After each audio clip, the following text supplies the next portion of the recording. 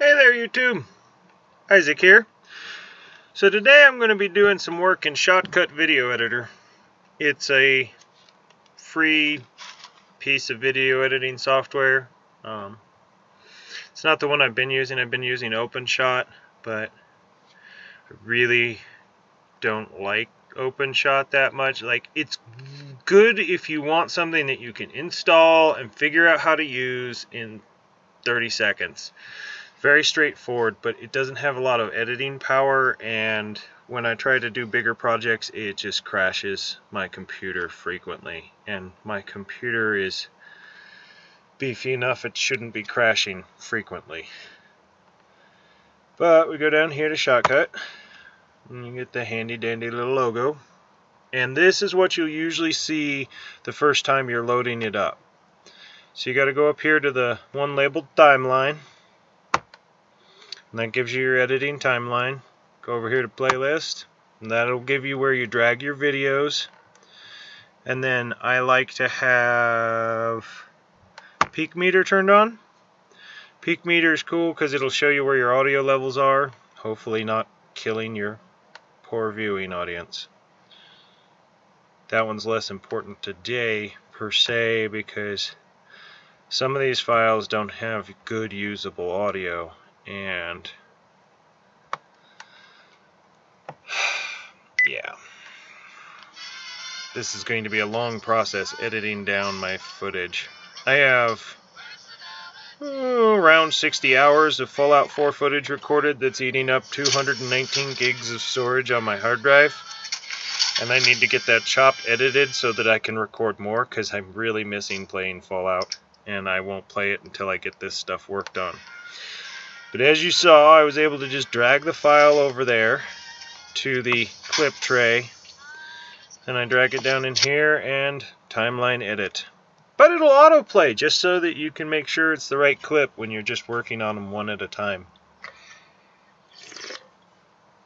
So I might chop and edit this footage itself so that you won't have to watch me or time lapse working on this file completely, but it is a shorter one. Most of my files are between 30 minutes and an hour. Those will be a lot more involved in the process of said working. Now on this thing, it defaults the timeline to the end of the project instead of the beginning of the clip when you drag the clip in. Mixed feelings about that, but hey, it works. So you see there, you see the audio spike. That tells me that's my debut, giving me the recording begins beep. So we're going to go over here to the razor tool. They call it the split at play head, or the S key. Does it work? Oh hell yeah! S key, hotkey. So let's see what they call this one. They call this the cut tool. It's copy the current clip to the source player and ripple delete it. Doesn't have a hotkey, so we click it. What that does is it'll delete the item that's selected. Red border. Pay attention to said red border. I gotta use my cursor, not my finger, to point at these things. So that way I just cleared that bit of junk out.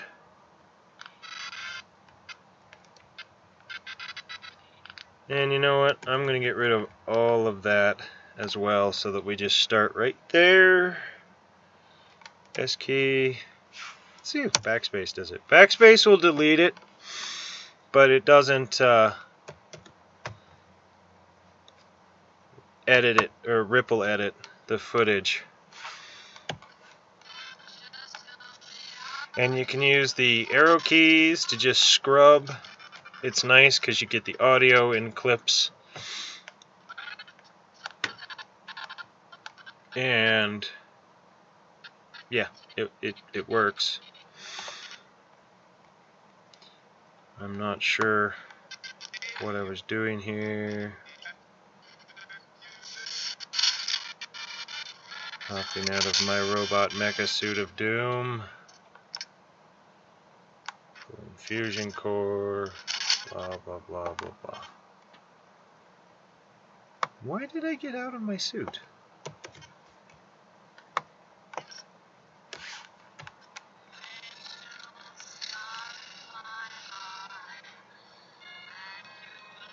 Things I do in the game that confuse me now.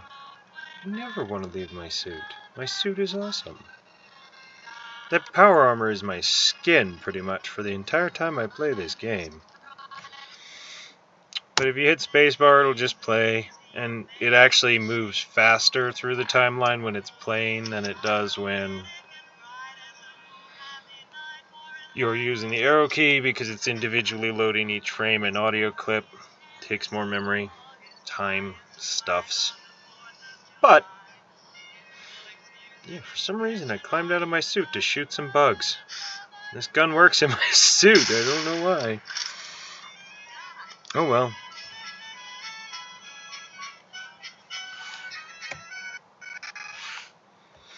And you can go up here to the plus minus slider and use it to see more or less of the timeline. In this window, measured here and here.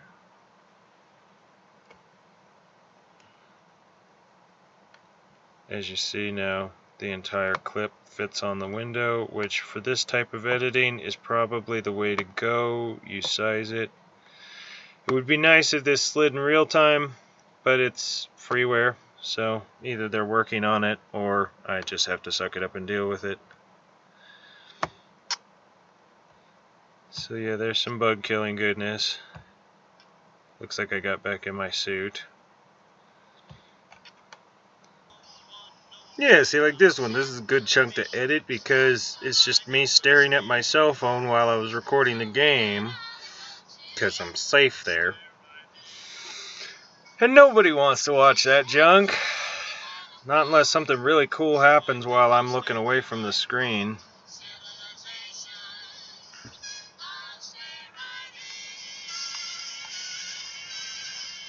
And see, obviously playing with my phone, because that's my phone. Okay, so we found the spot we like. Give it a chop.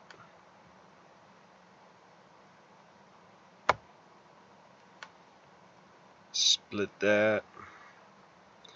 I know we got at least that much of meat. Yep, more. And more. Nope, too far. Now I moved. Here's one from Cold Porter that I don't think Diamond City Security would totally agree with. That's it. See, and what I want to do is edit parts that I like capturing all the little moves. So see that right there, I haven't moved yet, haven't moved yet, haven't moved yet, haven't moved yet, and moved. So we go back a couple frames, and we put another chop in there. Select that chunk that I don't want, and do the scissor cut. Everything gets pulled together. It's really nice when you got 20 other tracks beyond it, which is one thing I couldn't figure out how to do in OpenShot. Not saying they don't have it, just saying it wasn't obvious, and if I'm going to take the time to learn something, I'm going to learn something that works closer to Premiere's functionality, like this. OpenShot, I think, might have better filters. I don't use filters. I use software for that kind of editing.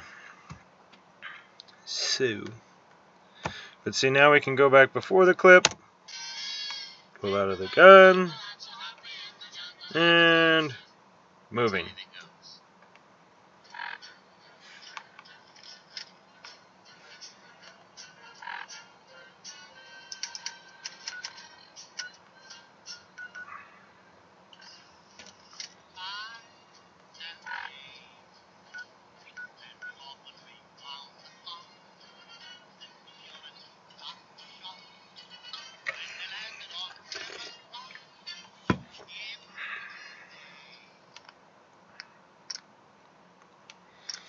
Alright, so in that section there, since I'm just moving around a little bit.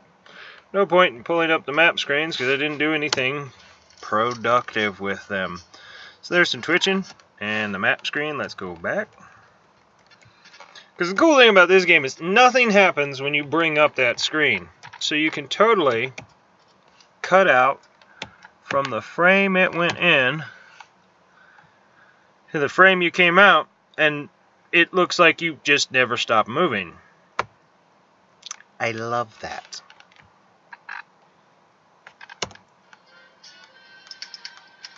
It's really good for the viewer because then it looks like you're more decisive than you really are in gameplay.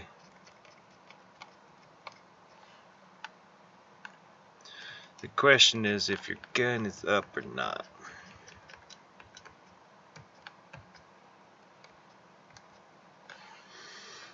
So we're going to do a chop. Then we select that clip and hit the scissor.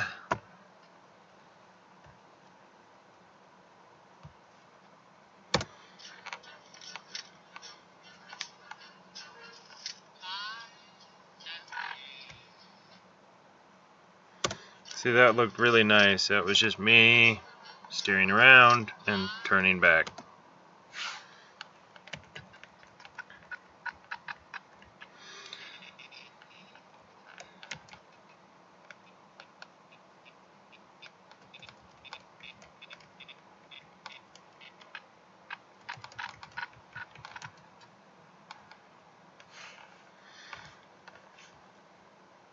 Chop. And there's a good chance this is it for the rest of the clip.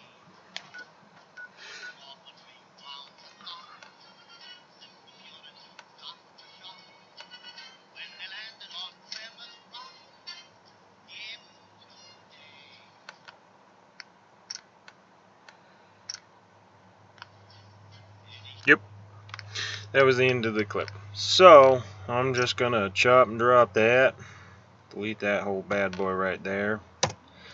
And next time I load the load file, he'd come up in that position pointed at that target.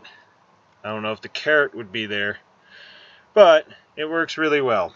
So I'm sure there's a few more like that throughout this clip that I can edit out.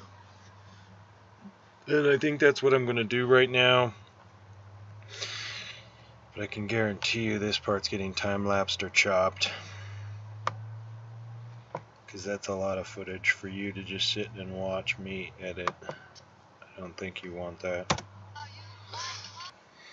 Okay, so that's all the way through the footage. I am now going to show you how to export it, because that would be a good ending to this basic clip. Drag in, drag down, chop, chop, chop, chop, chop, squish, and output, because you need to know how. Export is properly labeled as export. You get all your really cool media settings right over here. You can adjust your frame rate, your aspect ratio, your screen resolution, field order, whatever that is. I'll have to look that up sometime. De-interlacer. I've got it set to high. My footage is an interlace, so that it shouldn't really make a difference. I do know that the output on the previous one was really nice when I did that. And then interpolation, I've got it on bilinear. Let's go to the hyper Blancozos. Blancozos. I just like setting everything to best so that it's the highest quality possible. I can always take it down, I can't take it up. So, parallel processing, whatever that does. There's a little slider here, you can pull it out so you can see all of that. But, and then there's codecs and audio. Let's see, MP4, yeah, this one's on MP4. The last one wanted to do MKV because I had to do something. So, that's what I was checking there. But once you've got the settings the way you want, and we might actually do an entire video just on this once I get all the information for what each one of these things means. But until then, basic stuff. So Okay, it doesn't automatically have a name. Let's go take a look at what I was working off of. We're just going to copy this name. I used Control C. Go back, Control V, and then I'm going to use my dash clipped so that I know that it's different than the original. And it begins the processing of the process to process it. Be fun to see how long this video clip is, because it will show how long it took me to edit 15 minutes of footage into, looks like about 11 minutes of footage. And that's just the first pass. Then I get to decide where I want to take things that are really slow and boring and compress them in time, which will also be something to do on here.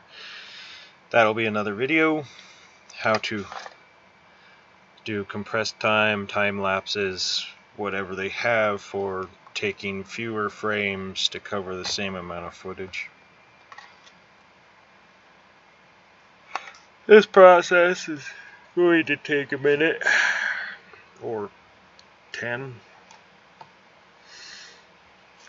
And then when I get done recording this, I will be editing this clip just to show you how much time gets spent behind the footage that you actually see, and why having extra people would be helpful. Because just a person going through my game footage and doing what I want to do to condense it down to where then I just watch it to see where I'm going to put chops to condense it further would be an incredible time saver.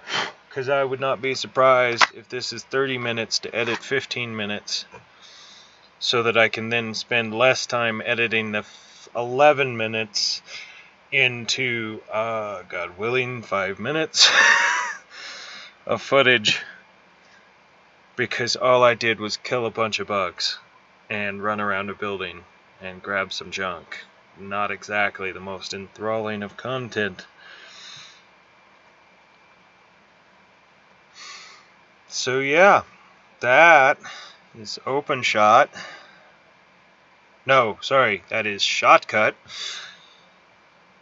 My new free software replacing OpenShot, which is the first free software I was using to replace Adobe Premiere, because I paid for CC and didn't get around to making a YouTube channel until after my license expired. So, if this channel starts making money, I'll probably be back to Premiere, unless I really like this software. Because, I mean, I'd rather give these guys $500 to improve their software than Adobe, because they've got every movie and production studio out there practically. Wouldn't mind there being an open source competitor.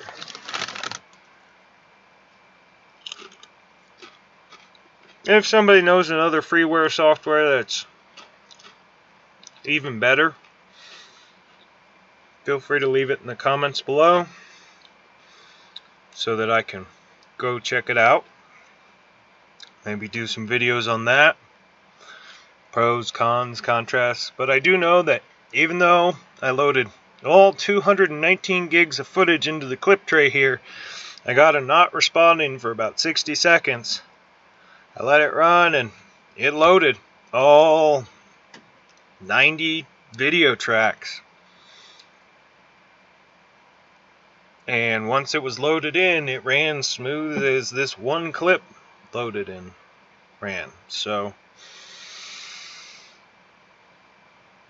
yeah, I am not disappointed by this software, but I did have to watch a couple tutorials to figure out how to use it so it's not as user-friendly as OpenShot. And if you don't have a lot of industrial professional experience, OpenShot is not a bad piece of software to run, especially for the novice video editor. No experience, It's simple enough, it's straightforward. 5-minute video and you could totally work all of OpenShot. And again, I don't know about filters and video attachments and so forth. I don't do that kind of work in one of these. I only use these for editing and rendering out final product. I do all my video editing traditionally in Nuke. Can't afford the license for it right now. So I found an open source software that is like Nuke, and I will be doing videos on that as well. How to add special effects and graphics and text to your screen. This one can do text to your screen, so can OpenShot. But I was trained to do it a certain way, and I like doing it that way. More software, more better, right? So,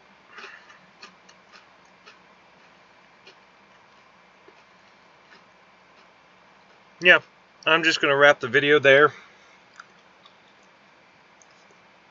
I don't even know if my mouse cursor is showing. Show cursor while recording. Okay, and that's another one. I love this debut. It's free to get it. I paid for the professional version, only like $30 for a lifetime ownership of it, and I'm very pleased with this software, how it works. It's fairly straightforward to get started, but then it has a lot of advanced controls built into the back end that you can work your way through, and those will be part of more of an actual tutorial, because everything's pretty much straightforward for getting started. So anyways, thanks for watching. Don't forget to do the thing.